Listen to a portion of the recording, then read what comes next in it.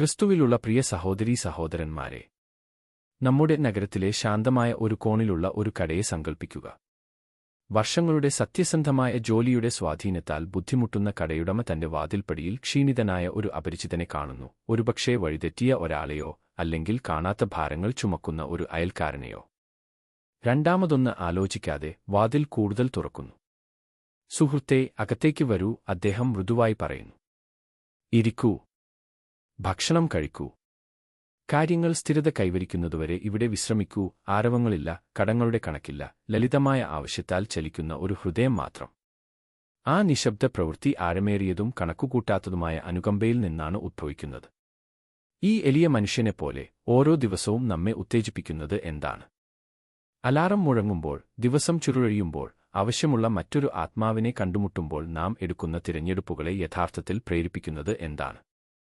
സുരക്ഷയ്ക്കോ പുരോഗതിക്കോ സ്വയം സംരക്ഷണത്തിനോ വേണ്ടിയുള്ള പ്രേരണയാണോ അത്?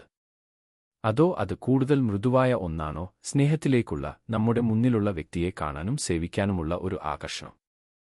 അതുപോലെ യേശു ബെഥെസ്ദാ കുളത്തിനരികിൽ ദരിദ്രനായ ഒരു മനുഷ്യനെ സമീപിച്ചു.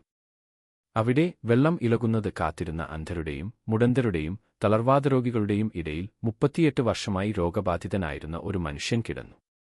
യേശു അവനെ കണ്ടു, അവനെ പ്രത്യേകം നോക്കി, ഒരു തുളച്ചുകയറുന്ന ചോദ്യം ചോദിച്ചു, നിനക്ക് സുഖം പ്രാപിക്കാൻ ആഗ്രഹമുണ്ടോ?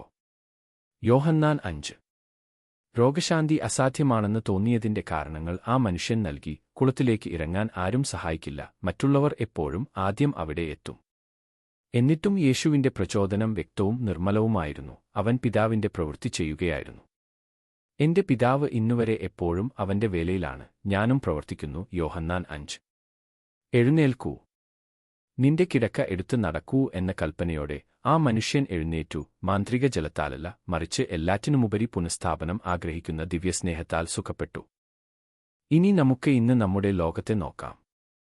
അതിർത്തികൾക്കപ്പുറമുള്ള അലയടിക്കുന്ന വ്യാപാര തർക്കങ്ങൾ, തീരുവകൾ, സാമ്പത്തിക സമ്മർദ്ദങ്ങൾ എന്നിവയുമായി രാഷ്ട്രങ്ങൾ പിടിമുറുക്കുന്നു. സംഘർഷങ്ങൾ പുകയുകയോ ജ്വലിക്കുകയോ ചെയ്യുന്നു. ഉക്രൈനിൽ, മിഡിൽ ഈസ്റ്റിൽ, സുഡാൻ, മ്യാൻമർ പോലുള്ള സ്ഥലങ്ങളിൽ അവിടെ നേതാക്കൾ സംരക്ഷണം, പരമാധികാരം, ശക്തി എന്നിവയെക്കുറിച്ച് സംസാരിക്കുന്നു.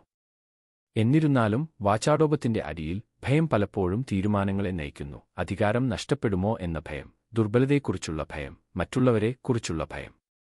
അധികാരം ലക്ഷ്യമായി മാറുന്നു, അനുകമ്പയെ മാറ്റി നിർത്താൻ കഴിയും.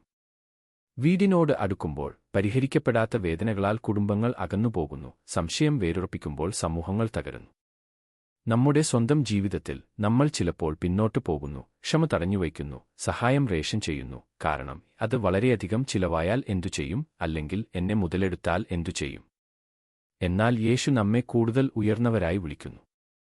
പിതാവിന്റെ പ്രചോദനത്തിലേക്ക് അവൻ നമ്മെ ക്ഷണിക്കുന്നു. അവഗണിക്കപ്പെടുന്നവരെ കാണുന്ന അനുകമ്പ, തുറന്ന മനസ്സിനെ അപകടപ്പെടുത്തുന്ന വിശ്വാസം, ഭയത്തെ മറികടക്കുന്ന സമാധാനം.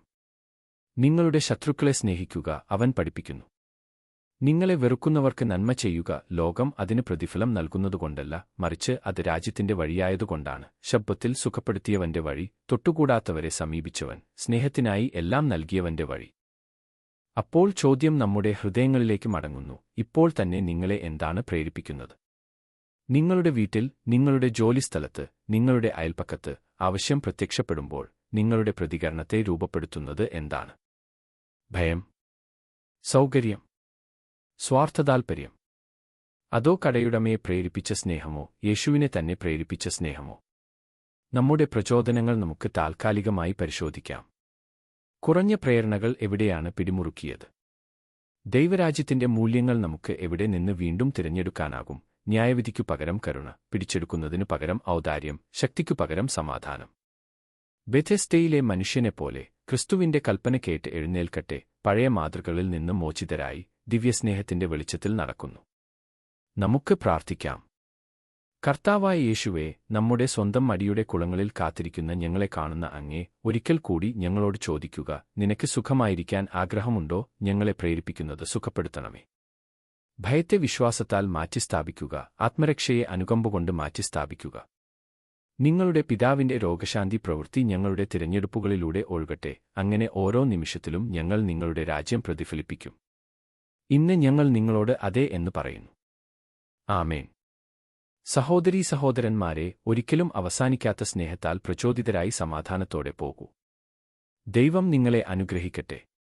Thank you for watching.